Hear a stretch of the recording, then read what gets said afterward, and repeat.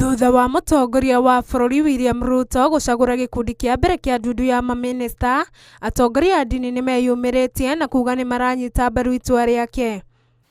To thank the President for nominating part of the cabinet yesterday, and whose names will be referred to Parliament for vetting and approval. Makiaria marĩ kaunti-inĩ ya Nairobi no macokeirie Gen Z ngatho nĩ kwĩyumĩria na kũrũĩrĩra bũrũri hamwe na gũthing'ĩrĩria wathani mwega, no makamoria mateanĩrie mĩrũrũngano nĩguo mahe mũtongoria wa bũrũri mweke wa gũkinyanĩria mendekithia mao.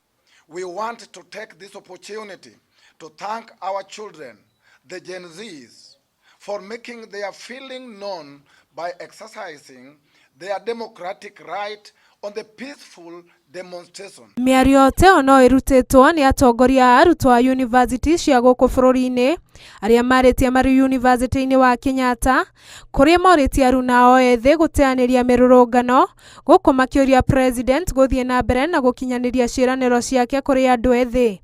We look forward to constructive engagements with the appointed leaders to ensure that their policies and decisions reflect the aspirations and needs of all Kenyans, especially the youths. We now need to get out of the streets and go back to building the nation and give the new cabinet space to deliver to the people of Kenya. Ngĩribotera Inooro TV, rĩtwa rĩakwa nĩ Mwende wa Mugwero.